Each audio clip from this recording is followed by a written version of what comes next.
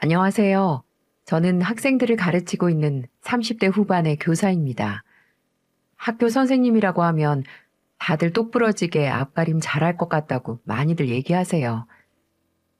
하지만 중도 제 머리는 못 박는다는 말이 괜히 있는 게 아니었습니다. 고등학생들 가르치면서 바른 소리만 하면서 살았는데 제가 겪은 일을 떠올려 보면 제가 그런 소리 할 자격이 있나 싶네요. 인생은 배울 만큼 배웠다고 생각했던 제가 직접 겪었던 인생 공부에 대해 지금부터 풀어보겠습니다.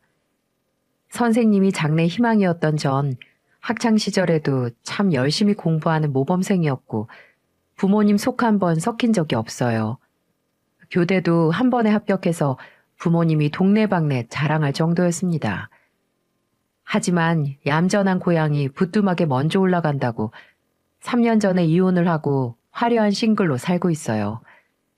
요즘 뭐 이혼이 대수냐 싶겠지만 제 이야기를 들어보시면 잘했다고 하실 겁니다.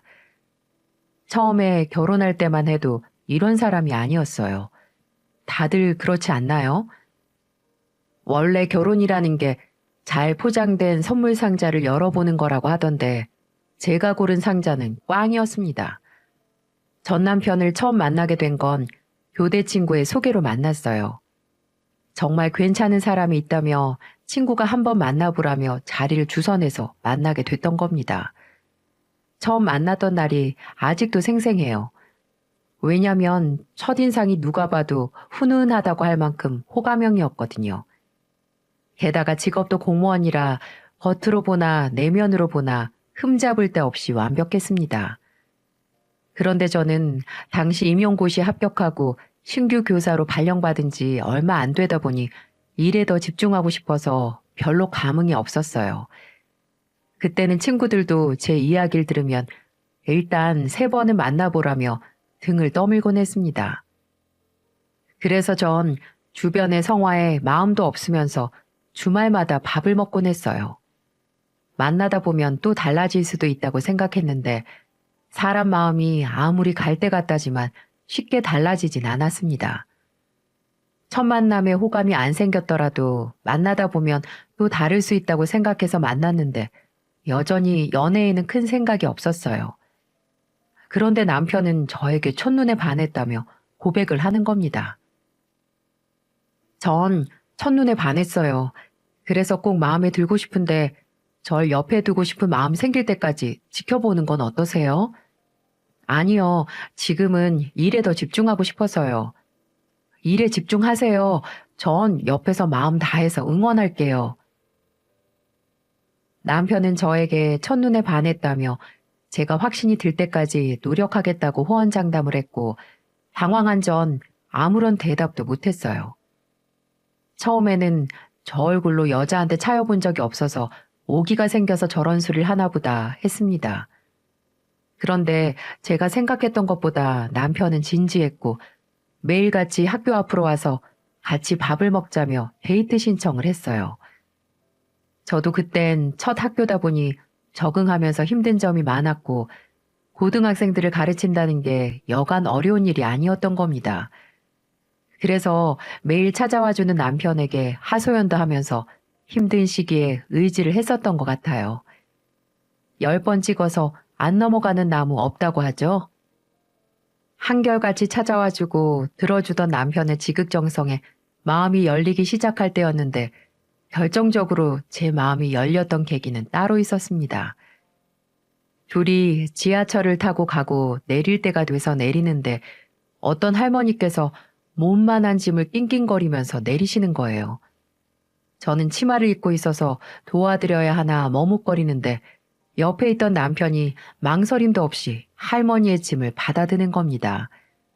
남편도 퇴근 후라서 정장 차림이었는데 넉살 좋게 다가가서 짐을 들어드리는 모습에 놀랐어요. 할머니는 정장 차림인 남편이 짐을 들어주자 한사코 거절했지만 남편은 넉살 좋게 할머니께 말했습니다. 제가 옷은 이래도 힘이 남아 돌아서 이 정도는 거뜬해요. 출구까지만 도와드릴게요. 저 앞에 계단 엄청 많아요. 손잡이 꼭 잡으시고 조심해서 올라오세요. 아유, 그래도 옷 다 버릴 텐데. 어차피 이 옷 한번 세탁소 보내려고 했던 거라 괜찮아요. 남편은 그렇게 말하더니 할머니와 보폭을 비슷하게 하며 걸어가는 게 아니겠어요? 저는 앞서 걸어가는 남편과 할머니 뒤를 따라 걸었고 남편은 할머니와 대화를 하며 출구로 걸어가고 있었습니다. 계단을 성큼성큼 올라서 짐을 내려놓고는 할머니께 인사까지 드렸어요. 출구에 도착하자 할머니는 남편의 옷을 이리저리 살피며 말했습니다. 괜히 나 때문에 옷에 먼지가 다 붙었네. 이거 미안해서 어쩌나? 아유, 어차피 세탁소 가려던 옷이에요. 신경 쓰지 마세요. 오늘따라 사람이 많아서 엘리베이터도 못 탈 것 같았는데 덕분에 한시름 덜었네. 정말 고마워요. 할머니는 마지막까지도 연신 고맙다고 말씀하시며 가셨어요. 조금 뒤에서 지켜보던 전 그때부터 남편이 달리 보이기 시작했던 것 같습니다. 처음 보는 의외의 면이 보이더라고요. 저만 해도 괜히 옷 핑계로 머뭇거렸는데 선뜻 나서는 남편을 보니까 그 모습에 확신이 생기기 시작하더군요. 사실 나이가 어린 것도 아닌데 결혼을 빼고 연애를 시작할 순 없잖아요. 그렇다고 얼굴 뜯어먹고 살 것도 아닌데 어떤 사람인지 알아야 만날 수 있겠다 싶었는데 그때 일이 저한테는 남편을 다르게 보게 만드는 계기였어요. 최소한 살면서 힘든 순간이 오더라도 같이 헤쳐나갈 수 있는 사람이라고 생각했던 겁니다. 저는 그렇게 10번 찍어 넘어간 나무가 됐고 지금 생각해보니 제 발등도 같이 찍던 순간이었네요. 첫 만남 이후 연애를 시작하기까지 시간은 걸렸지만 나름대로 돌다리도 두드려 보고 건넜다고 생각해서 그런지 자연스럽게 결혼에 대해 이야기를 하게 됐습니다. 둘 다 직업도 안정적이고 양가 어른들도 경제적으로 어려움이 없다 보니 결혼 준비하는데 걸림돌이 될 만한 건 없었어요. 그때 예비 시아버지께서 사업을 하던 때라 신혼집도 얻어줄 정도였으니 결혼식장 들어가는 건 시간 문제라고 할 정도였습니다. 아무래도 제 직업이 선생님이다 보니 예비 시댁에서 너무 좋아하셨어요. 상견례 때도 칭찬을 아끼지 않았고 이후에도 따로 집에 초대해 준 적도 있을 정도였습니다. 우리 큰아들이 이렇게 멋진 며느리를 데려왔는데 내가 하늘의 별도 따다 줘야지. 아빠, 좀 서운하다. 큰아들 생각도 좀 해주시지. 이게 다 너 잘 부탁한다는 뇌물이야. 우리 아들 잘 부탁해요. 아버님은 호탕한 웃음을 치시며 말씀하셨어요. 종종 시댁 식구들과 같이 시간을 보내다 보니 집안 분위기가 참 화목했고 시댁인데도 어려움 없이 금세 같이 잘 지낼 수 있었습니다. 두 분도 금술이 어찌나 좋은지 며느리가 봐도 부러울 정도였어요. 어머님도 참 애교가 많은 분이었는데 아버님이 며느리 이야기만 한다 싶으면 옆에서 귀여운 투정을 하곤 했습니다. 당신 큰며느리 생겼다고 너무 며느리만 생각하는 거 아니에요? 나 좀 서운하려고 하네. 내가 당신을 얼마나 생각하는데 두말하면 입 아프니까 안 하는 거지. 하루 종일 생각하다 겨우 짬내서 며느리 위해서 뭐 해줘야 되나 생각한 거야. 어머님은 가끔 저런 장난을 하다가도 저에게도 남자들만 있는 집에 큰며느리가 생겨서 좋다며 잘 지내자고 말씀해 주셨어요. 실제로 결혼 준비 중에도 같이 쇼핑도 다녔고 어머님이 남부럽지 않게 잘 챙겨주실 정도였습니다. 그래서 주변에서 어쩜 시댁 어른들이랑 그렇게 잘 지내냐며 부러워했어요. 시댁이 까다로우면 큰 짐을 안고 결혼하는 거라고 하잖아요. 그에 비하면 전 시댁 하나는 참 잘 만났다고 생각했습니다. 저희는 주변에 많은 축하를 받으며 결혼에 골인했고 경제적으로 부족함이 없어서 신혼도 즐겁기만 했어요. 게다가 아버님이 마련해준 신혼집은 나중에 태어날 아이까지 생각해서 넓은 집을 해주셨고 저희만 잘 살면 아무 문제가 없다고 생각했습니다. 쓰다 보니 시댁 자랑 같은데 듣다 보니까 시댁 자랑하려고 썼나 싶으시죠? 처음부터 문제가 보였다면 저도 미련 없이 뒤돌아 나왔을 거예요. 하지만 제 결혼 생활은 2년 동안이나 아무 문제가 없었습니다. 이렇게 쓰다 보니까 신혼 때도 꼭 꿈만 같네요. 어느 정도 학교 생활도 적응되고 제법 선생님으로 경력을 쌓고 있었는데 시험 기간만 되면 선생님도 학생만큼 힘들기는 마찬가지였습니다.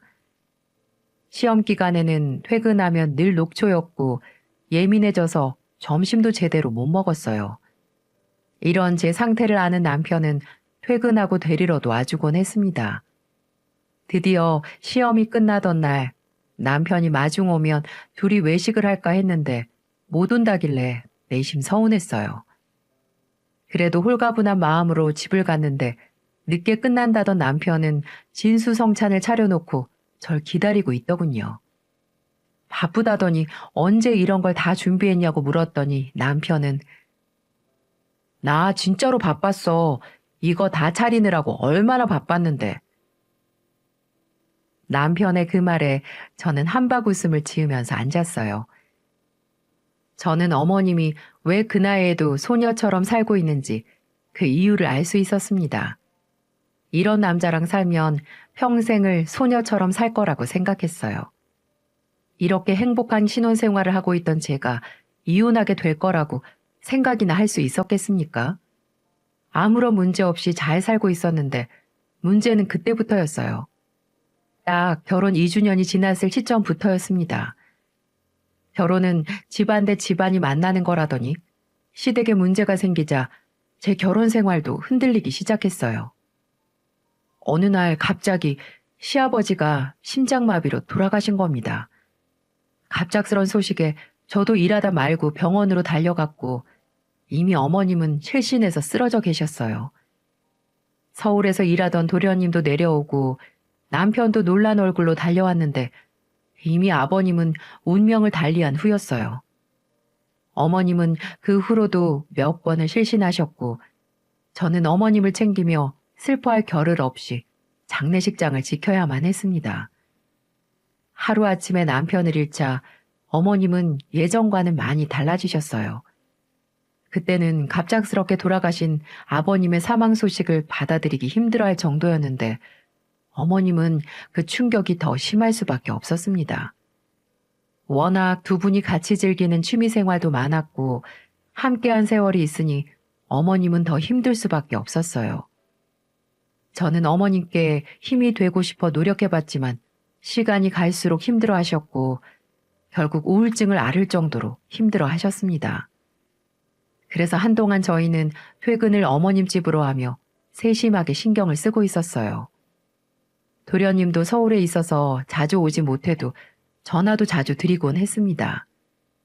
하지만 어머님은 저희랑 일상적인 이야기를 하는가 싶다가도 어느덧 눈물을 보이면서 아버님에 대해 말했어요. 우리 큰아들 보니까 꼭 그 사람 젊을 적 보는 것 같네. 이렇게 잘 차려입고 다녔는데 내가 같이 죽었어야 했는데 왜 살고 있나 모르겠다. 산 사람은 살아야지. 손주도 보고 오래 살아야지. 자꾸 죽겠다고 하면 어떡해.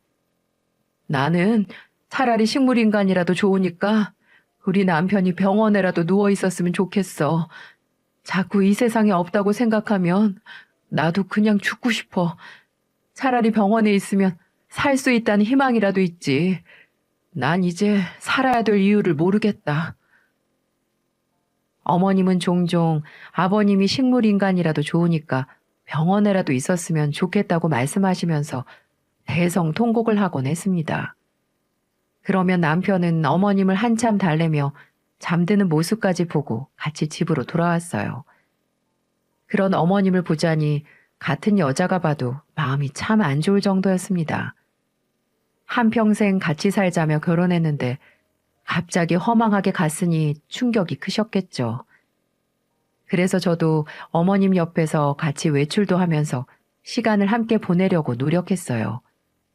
하지만 남편의 빈자리를 제가 어떻게 채울 수 있었겠습니까? 어머님의 우울증은 점점 심해져만 갔어요. 아들도 못하는 일을 며느리가 해낼 수는 없었나 봅니다. 심각해진 어머님은 한밤중에 악몽까지 꾸기 시작했어요. 한밤중에 무섭다며 전화하시는 목소리가 위태롭게 들렸고 저희는 다음날 어머님 댁에서 하룻밤 자기로 하고 잠이 들었습니다. 다음날 저희는 어머님과 외식을 하고 시댁에서 잠이 들었는데 저는 자다 말고 전쟁이라도 난 줄 알 정도로 깜짝 놀랐어요. 어머님이 한밤중에 방문을 벌컥 열고 들어오신 겁니다. 그리고 애걸복걸하며 말했어요. 어떻게 누가 내 남편 죽이겠다고 쫓아오는데 지금 현관 앞에 있는 것 같아. 어떻게? 이러다가 우리 다 죽으면 어떡하지? 일어나 빨리.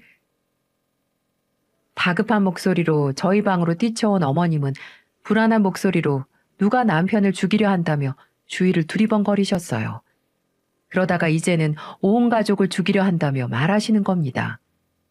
저는 불안해하는 어머님을 안아드렸지만 현관 앞에 우릴 죽이려고 서 있어서 우리가 도망을 못 가니까 베란다로 한 명씩 뛰자고 말하시는 거예요. 남편과 저는 생각보다 심각한 어머니 모습에 놀랄 수밖에 없었습니다. 새벽에 놀란 어머님을 겨우 달래는데 좀 진정이 되자 어머님은 악몽 때문에 잠을 설치는 날도 많고 이젠 낮에도 너무 무서워서 못 살겠다고 말할 정도였어요. 아버님과 살던 집에 혼자 지내는 게 더 힘들 것 같다고 생각은 했는데 이 정도일 줄은 몰랐던 겁니다. 남편은 어머님의 말에 생각이 많아진 것 같았어요. 한동안 말이 없던 남편은 저를 조용히 방으로 불렀고 저에게 난감한 표정으로 어렵게 말하더군요. 우리가 엄마랑 같이 사는 건 어떨까? 내가 생각했던 것보다 엄마 상태가 심각하네. 이러다가 정말 엄마 잘못될까 봐 일도 손에 안 잡혀. 당신이 한번 잘 생각해 주면 안 될까? 저도 생각보다 심각한 어머님 상태를 직접 보니까 아무래도 잠깐씩 보는 건 한계가 있다 싶었습니다. 게다가 평소 어머님과 사이도 좋았고 정말 딸처럼 가까이 지냈던 시간들이 떠올라서 어려울 것도 없다고 생각했어요. 그리고 제가 옆에 있어서 어머님이 힘든 시간을 이겨낼 수만 있다면 하나뿐인 며느리가 못할 게 뭐가 있나 싶었습니다. 하지만 시댁은 한 채 건너 남이라고 하잖아요. 같이 살고 보니 제 생각이 참 시건방진 생각이라는 걸 알게 됐어요. 배울 만큼 배웠다고 세상만사 다 알 수 있는 게 아니었습니다. 그땐 합가를 하고 처음엔 오히려 마음이 편하기도 했어요. 왜냐면 날로 심각해지는 어머님의 우울증 때문에 금방 어떻게라도 될까 싶어서 마음 편할 날이 없었거든요. 같이 살다 보면 어머님도 괜찮아질 거라고 생각했는데 애초에 정답이라고는 없는 문제처럼 상황은 완전히 반대로 흘러갔습니다. 우울증을 기적처럼 극복이라도 했냐고요? 아니요. 그래도 어머님이 변하긴 했어요. 우울증을 방패 삼아서 폐악질 부리는 모습으로 변한 겁니다. 저는 그동안 어머님이 연기라도 했나 싶었다니까요. 어머님도 처음에는 같이 살게 돼서 좋다며 저에게 집안일은 신경 쓰지 말라고 하셨습니다. 저는 괜찮다고 했었는데 퇴근하고 오면 어머님이 분리수거도 다 해놓고 꼭 일부러 치운 것처럼 깨끗했어요. 괜히 제 눈치를 보시나 싶을 정도였죠. 그런데 한 번은 제가 몸이 좀 안 좋아서 일찍 조퇴했던 날이었습니다. 문을 열고 들어가는데 입구에서부터 코를 찌르는 음식 냄새가 진동을 했고 부엌에서 소란스러운 소리가 들렸어요. 제가 문을 열고 들어오는 소리도 못 들었는지 부엌을 가봤는데 글쎄 어머님이 친구들과 술을 마시고 있는 겁니다. 우울증 환자가 술이라니 말이 되나요? 이미 술판은 벌어졌고 전 너무 놀라서 어머님이 들고 있던 술병을 뺏었어요. 어머니, 술을 마시면 어떡해요? 병원에서 술은 절대 안 된다고 했잖아요. 아이고, 며느리 왔네. 애들 가르쳐야지. 왜 지금 왔어? 다들 인사해. 여기는 우리 집 선생님. 저는 어머님의 친구들과 어색하게 인사를 했고 이미 다들 취한 것 같아서 제정신이 아닌 듯 했습니다. 어머님, 우선 방으로 가세요. 혈압약도 드시면서 왜 술을 마시고 계세요? 내가 남편도 없는데 술도 못 마시면 어떻게 살겠어? 이거라도 마셔야 살지. 또다시 어머님은 울기 시작했고, 전 고주망태가 된 어머님을 부축하며 방으로 가서 눕혔고, 친구분들께도 가달라고 정중히 말했어요. 술에 취한 어머님의 말을 들어보니 그동안 저희 부부 몰래 술을 마시고 계셨던 겁니다. 그래서 늘 분리수거도 하고 청소하느라 집이 청소된 채로 있었던 거죠. 저는 그날 쉴 틈도 없이 어머님이 벌려놓은 술판을 치웠고 남편이 퇴근하고 오자마자 제가 본 상황을 그대로 말했습니다. 남편은 본인이 어머님께 말해보겠다고 했어요. 근데 병원 의사 말도 안 듣는 사람이 아들 말은 들었겠습니까? 술을 못 마시게 하니까 이제는 대놓고 고스톱판을 버리셨어요. 오히려 너네도 다 알았으니 이판사판이라는 듯 집안을 엉망으로 만들기 일쑤였습니다. 근데 집은 엉망으로 만들면 되지만 도대체 그놈의 술은 끊을 생각이 없으신 건지 술도 대놓고 드셨어요. 그날은 아랫집에서 시끄럽다며 민원도 들어와서 저도 어머님께 한 소리를 했습니다. 여기가 술집도 아니고 가정집에서 이렇게 시끄럽게 하시면 어떡해요. 제발 그만 좀 하세요. 너 이제 시아버지도 없으니까 내가 우습지? 이제 아주 나까지 가르치려 드네. 참 기가 막혔어요. 제가 한 말이 어머님을 무시한 말 같나요? 아파트에서 고성방가에 고스톱 치다가 돈이라도 따면 춤을 추고 난리가 났는데 밑에 집에서 참아준 게 다행일 정도였어요. 저는 더 있다가는 어머님의 모임 수발드는 종이 될 것 같아서 더 강하게 말했습니다. 그리고 층간소음은 다른 집에도 피해를 주는 거니까 조심하자고 말씀드렸어요. 여기가 주택도 아니고 아파트인데 당연히 조심히 살아야죠. 그리고 저 요즘 집안에서 술 냄새, 음식 냄새가 진동을 해서 못 살겠어요. 이게 아주 못하는 소리가 없네. 그때 마침 퇴근하고 남편이 들어왔는데 어머님은 갑자기 표정을 바꾸며 남편에게 찰싹 붙으며 대성통곡을 하는 게 아니겠습니까? 그러면서 저한테 손가락질을 하며 말하는 겁니다. 내가 서방 먼저 보낸 것도 이렇게 서러운데 이제 며느리 눈치도 봐야 되겠니? 저게 날 이제 시애미 취급도 안 한다, 아들. 그야말로 환장할 노릇이었어요. 이게 말이 되나요? 고등학생 아이들도 이 정도 말하면 알아듣습니다. 요즘 애들 아무리 이기적이라도 바른 말하면 듣는 신용이라도 합니다. 그런데 어머님은 뭐가 그렇게 억울한지 남편 뒤로 숨어가며 말하는 겁니다. 저도 기가 막혀서 남편에게 말했어요. 밑에 층에서 민원이 들어와서 어머님께 집에서 모임은 자제해달라고 말한 것뿐이라고요. 유치해 보여도 어쩌겠습니까? 시엠이 물러본다며 며느리한테 삿대질을 하시는데 저도 할 말은 해야 되겠더군요. 남편은 난감한 듯 어머니께 타이르듯이 말했습니다. 엄마, 안 그래도 어제 관리실에서 전화 왔어요. 너무 시끄럽다고. 앞으로 모임은 밖에서 하세요. 만나지 말라는 것도 아니잖아요. 그 말에도 어찌나 서럽게 우시던지 정말 제가 일방적으로 구박이라도 한 줄 알겠더군요. 남편은 어머님이 심리적으로 안정을 찾는 과정이니 조금만 더 이해해드리자고 했습니다. 저도 너무 답답한 나머지 남편이 중간에서 지혜롭게 대처하고 있다고 생각했어요. 그런데 어머님의 증상은 갈수록 심해져만 갔습니다. 그런데 정말로 사람이 정신적 충격이 크면 돌아버리기라도 하나요? 저는 지금까지 겪었던 것보다 더 충격적인 광경을 목격하고야 말았습니다.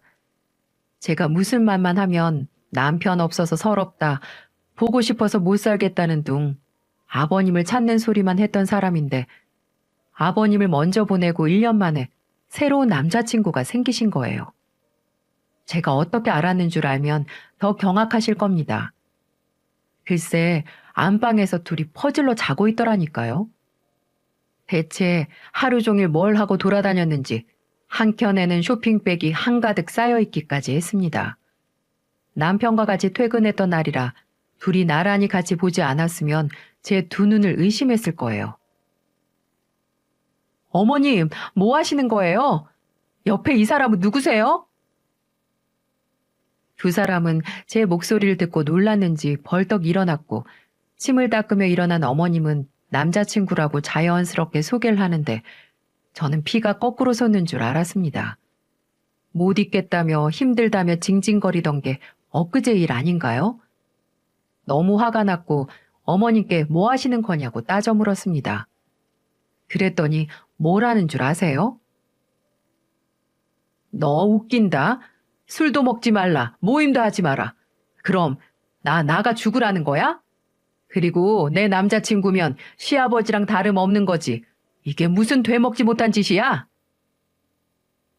적반하장도 유분수지 저한테 되려 큰 소리를 하더군요. 아니 누가 연애 가지고 뭐라고 하겠습니까? 그동안 아버님 찾으며 힘들어했으면서 하루아침에 남자친구라고 데려온다는 게 정상인가 싶었거든요. 그리고 쇼핑은 어떻게 했냐니까 남편이 모임 밖에서 하라고 준 카드로 긁고 다녔던 겁니다. 저 어머님이랑 합가하고 생활비를 요구한 적도 없어요. 오히려 어머님께 용돈까지 몰래 챙겨드리면서 낮에 외출도 하시라고 말할 정도였습니다. 여기까지 제가 며느리로서 못한 게 있나요?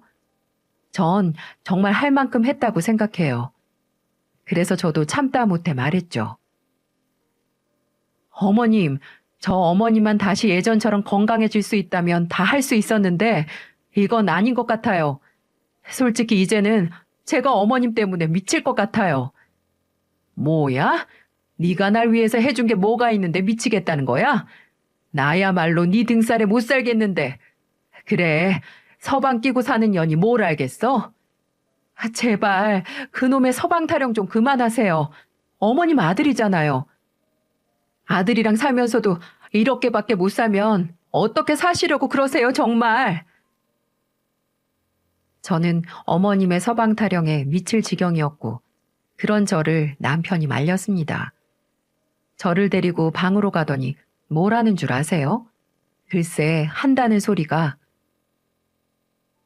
우리가 엄마 연애를 말리는 건 아니지. 그냥 이해 좀 해드리자. 그리고 이렇게 말리기만 하는 것도 방법은 아니잖아. 내가 집에는 데리고 오지 말라고 할게. 어머님은 서방 타령, 남편은 이해 타령만 하는데 제 속이 정말 터질 지경이었어요. 이제는 더 말해서 뭐하나 싶어서 남편에게 절대 집안으로는 못 데려오게 하라고 신신당부를 했습니다. 차라리 눈에라도 안 보이면 다행일 거라고 생각했어요. 하지만 눈에만 안 보였지 밖에서 뭘 하고 다니는지 한눈에 알 수가 있었습니다. 저도 정말 알고 싶지 않았는데 글쎄 남편 카드를 쓰고 다녀서 알기 싫어도 알 수밖에 없었어요. 어디서 돈 한 푼 없는 남자를 만나게 된 건가 싶게 어머님의 데이트 비용은 상상 초월이었습니다. 게다가요, 어머님이 정기적으로 먹는 혈압약까지도 남편 카드만 썼어요. 정 결국 고지서를 들고 어머니께 갔는데 어머님은 정말 눈 하나 깜짝 안 하며 말하셨습니다. 내가 내 아들이 준 카드 쓰는데 왜 신경 써?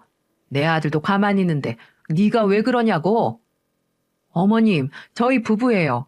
생활비를 매달 이렇게 쓰면 저희 길거리에 나앉는 거 시간 문제예요. 카드 이리 주세요. 제가 체크카드로 드릴게요. 얘 말하는 것 좀 봐. 너네 공무원이잖아. 철밥통 끼고 살면서 뭘 그러니? 너네도 쓸 수 있을 때 돈 쓰고 살아. 그리고 내 아들 카드를 왜 널 줘? 시한부를 선고받고도 이렇게는 못 살 겁니다. 저 몰래 죽을 병이라도 걸렸나 싶었습니다. 그런데요, 어머님이 왜 저렇게 당당한가 했더니 남편이 오히려 엄마가 밝아진 것 같다고 좋아하는 겁니다. 누가 봐도 소비 패턴이 비정상적이고 남자친구라는 사람한테 돈을 쏟아붓고 있는데 어디서 제비한테 당하고 있는 건 아닌가 의심을 해야 맞지 않나요? 제가 괜한 의심을 하는 것도 아닙니다. 어느 날은 차가 나왔다고 어머님이 기뻐하며 전화를 하는 거예요. 그래서 물어보니 기가 막혀서 말도 안 나와요. 만난 지 3개월도 안 된 남자한테 3,700만 원짜리 차를 뽑아준 거 있죠?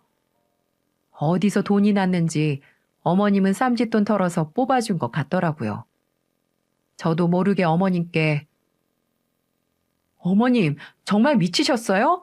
만난 지 3년 됐다고 해도 이해가 안 될 판에 누가 3개월도 안 된 사람한테 차를 뽑아줘요?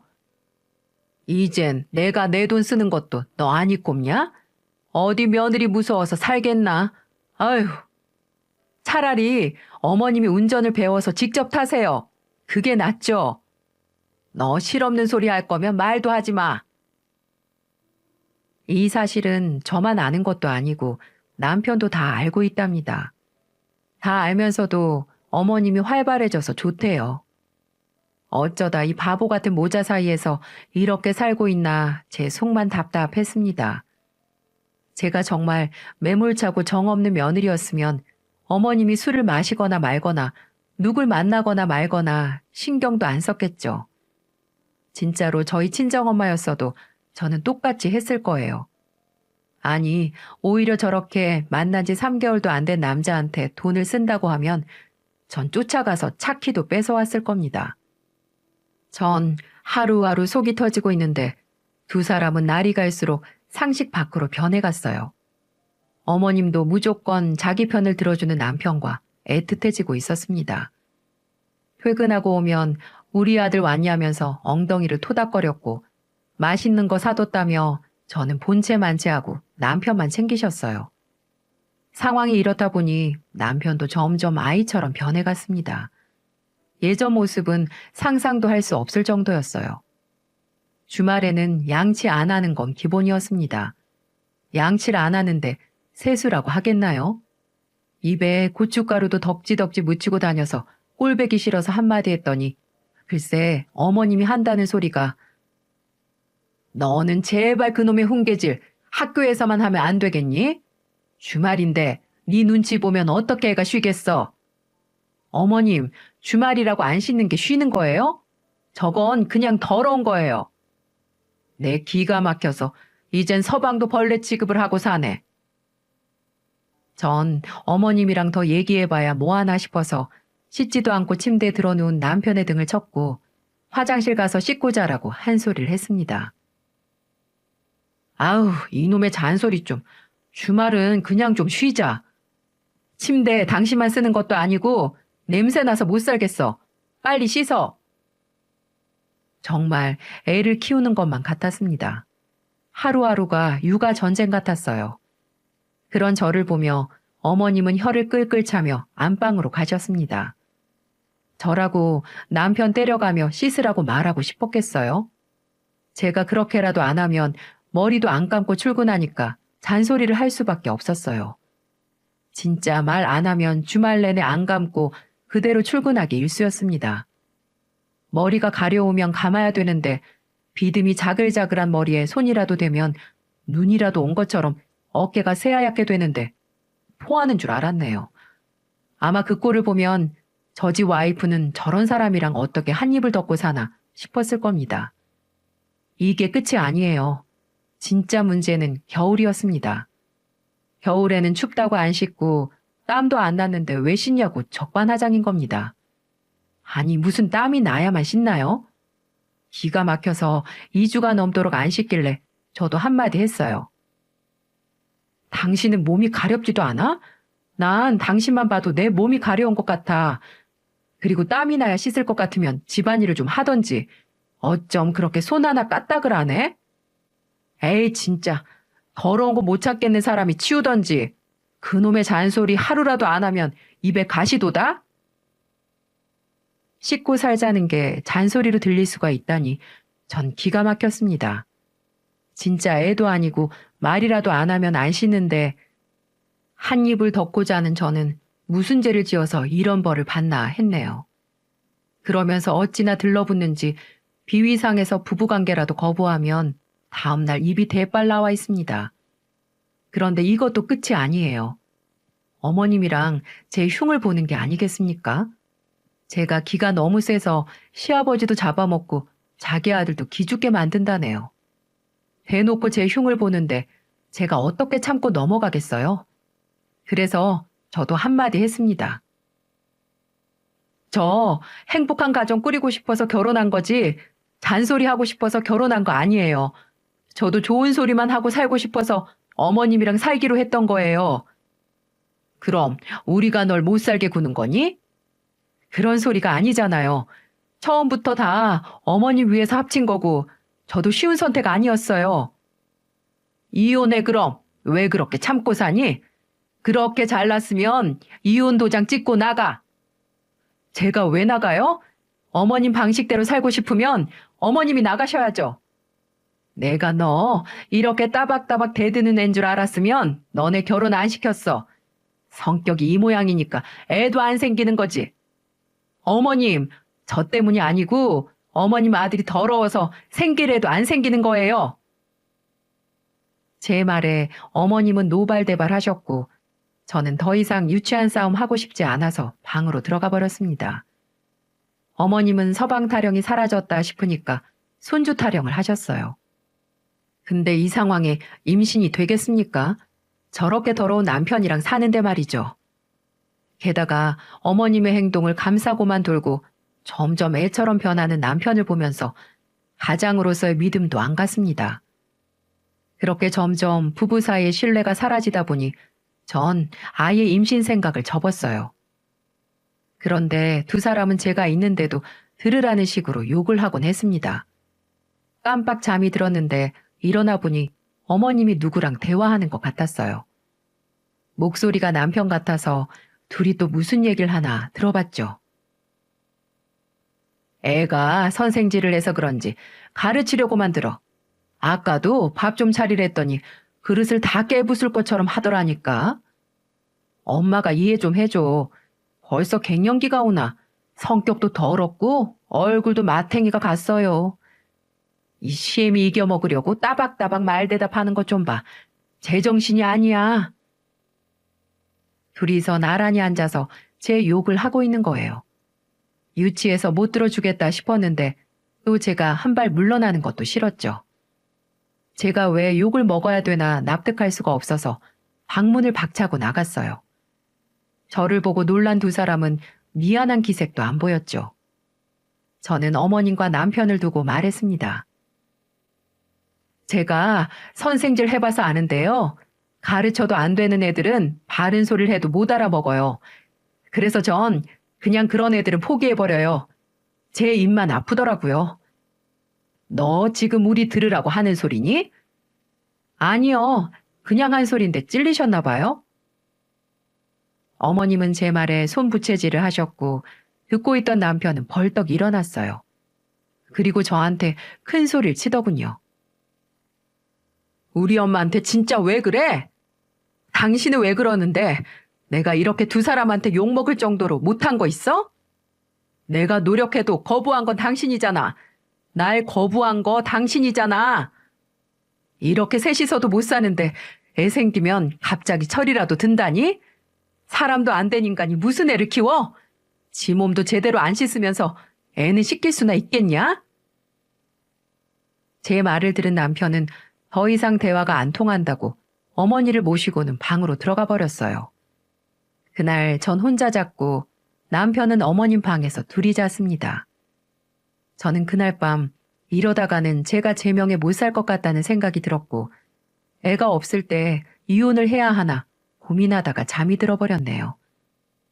그런데 어느 날 갑자기 도련님이 결혼할 사람을 데려온다는 겁니다. 웬일로 시어머님이 바쁘게 움직이나 했더니 도련님 때문이구나 했어요. 그래도 막내 아들 장가 간다고 신난 얼굴로 혼자 바쁜 걸 보니 도와야겠다 싶었습니다. 그래서 저도 같이 도왔어요. 근데 무슨 대단한 집 딸이라도 오나 싶게 음식 준비가 하루 종일이 되고 끝나지도 않고 대낮에 시작했는데 저녁이 돼서야 끝이 났어요. 다 차려두고 보니 반찬이 30개도 넘었습니다. 이제야 한숨 돌리나 했더니 갑자기 어머님이 저한테 뭐라는 줄 아세요? 뜬금없이 약속이 없냐는 거예요. 그래서 이게 무슨 황당한 소린가 해서 말했습니다. 도련님 오신다면서요. 저도 인사드려야죠. 갑자기 와서 무슨 체면을 차려. 친정에나 가 있어. 우리 가족끼리 편하게 밥 좀 먹게.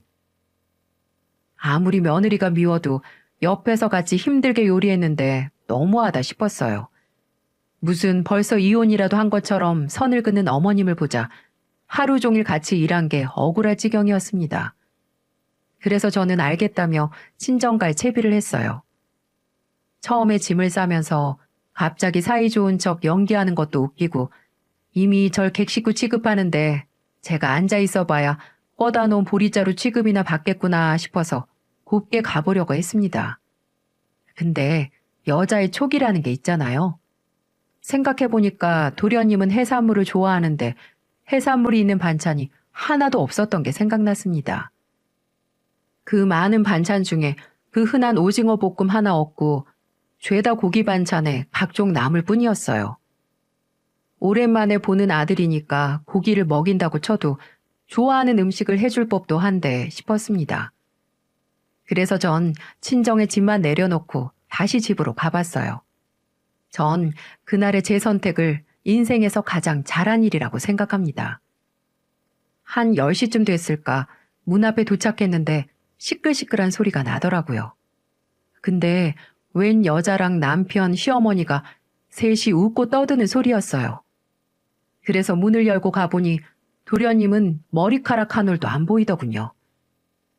그 오밤중에 이미 셋 다 만취해 있었고 그 셋 중 낯선 여자를 보니 딱 느낌이 왔습니다. 무슨 나사 바꿔 끼는 것도 아니고 자기 아들 이혼할 것 같으니까 남편의 내연녀를 데려온 것 같더라고요. 근데 전 그 꼴을 보고도 한참을 웃었습니다. 꼬리 잡아서 이혼하니 기뻤냐고요? 아니요. 이 멍청한 놈이 어디서 꽃뱀한테 제대로 물린 줄도 모르고 좋아 죽겠다는 표정을 하고 있던 거예요. 어떻게 꽃뱀을 알아봤냐면 그년 얼굴이 하도 익숙해서 가만 생각해보니까 저랑 제일 친한 친구 남동생이랑 결혼했던 여자였어요. 전현이 바로 제 가장 친한 친구 남동생을 애 둘 딸린 호래비로 만들고 도망간 년이었던 겁니다. 그날 이후로 친구랑 둘이서 그년 어디서 벼락 맞아 죽었다는 소식이 들리길 간절히 바랬는데 제 발로 시궁창에 걸어온 걸 제 두 눈으로 보니까 제 속이 다 시원했어요. 왜냐면 그동안 친구 동생 혼자서 애 둘을 키우느라 고생 무지하게 한 걸 전 다 알고 있었던지라 이것들을 한 방에 보낼 찬스를 잡았던 거죠. 전 바로 핸드폰 녹음기를 켜고 인생에 다시 없을 연기를 시작했습니다. 제 인생을 다시 바로잡을 연기였어요. 어머님, 지금 이게 무슨 상황이에요? 도련님은요? 도련님 온다고 해서 제가 어머님 도와서 30첩 반상 차린 거 아니에요. 이미 취해서 얼굴이 벌겋게 된 어머님은 일어나며 말했습니다. 옆구리에 손까지 차고 말하더군요. 야, 애도 못 낳는 게 또 홍계질하러 왔네. 친정 가라고 해도 말도 더럽게 안 듣고 기어이 와서 이 꼴을 다 보네. 이게 다 무슨 꼴인데요? 딱 보면 몰라? 네가 애도 안 낳아주니까 우리 아들이 밖으로 돈 거 아냐? 네가 애만 낳아줬어도 우리 아들이 밖에서 여자를 만났겠냐고. 이거 다 네 탓이다. 어머님은 당당하게 제 탓이라며 말했어요. 제가 코웃음을 치자 남편도 벌떡 일어나서 슬슬 불었습니다. 보고도 무슨 말해줘야 알아? 어떻게 그 머리로 선생을 하냐? 네가 집구석에 와이프 노릇 안 하고 선생질 하니까 내가 이렇게 밖에서 여자 좀 만났다. 왜? 내가 그동안 얼마나 참고 살았는데 날 이렇게 배신해?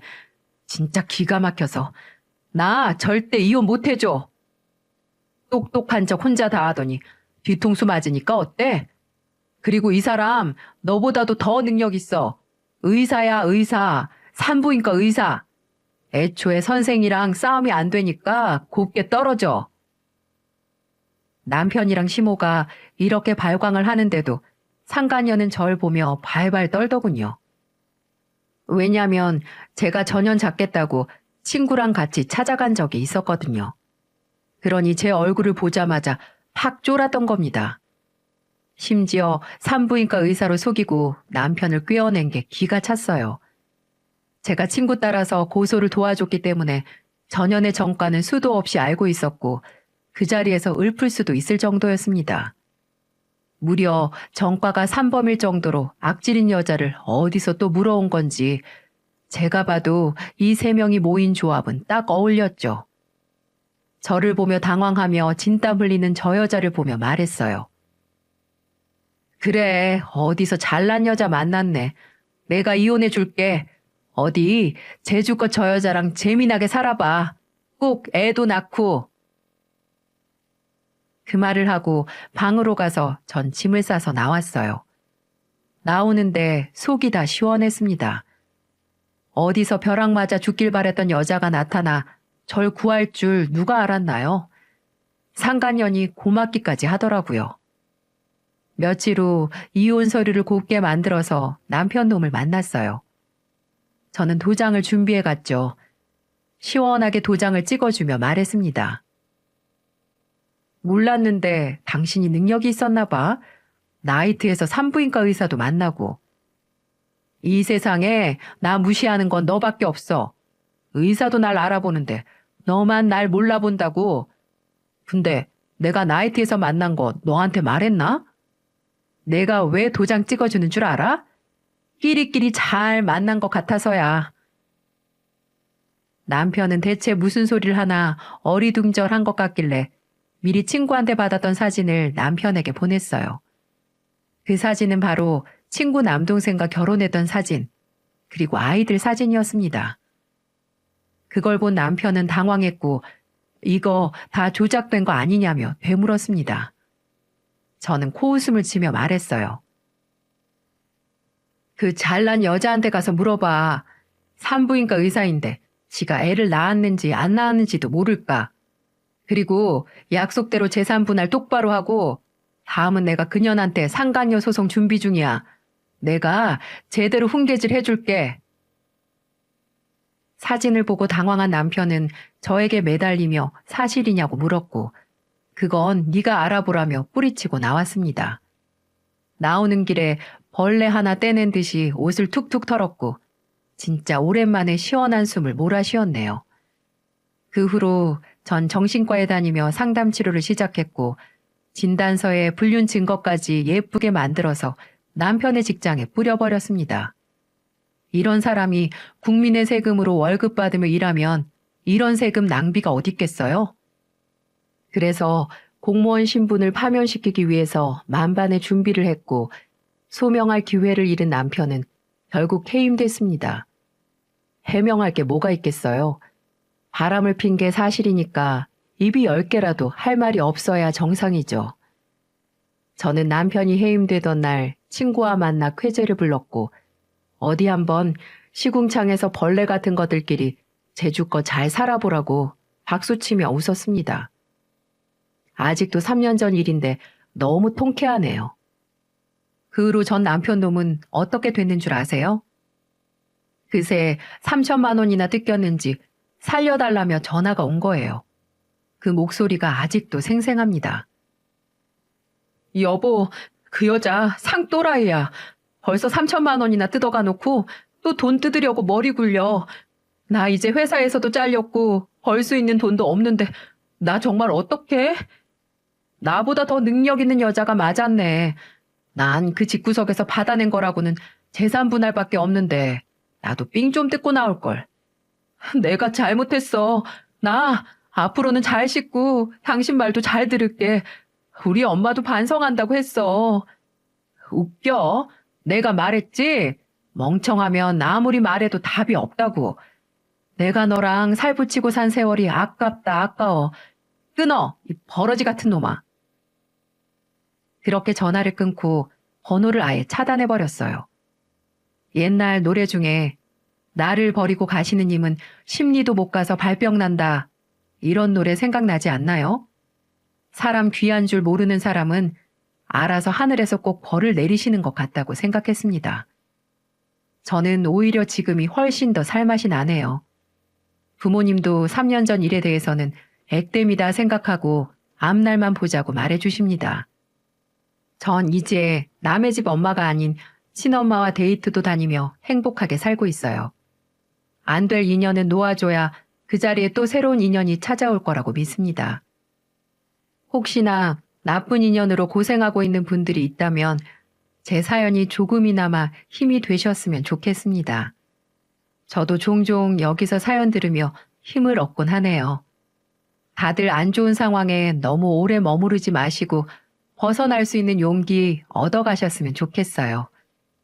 제 긴 이야기 들어주셔서 정말 감사합니다. 이제 꽃들이 활짝 만개하는 봄인데 우리 모두 꽃길만 걸어봐요. 모두들 행복하세요.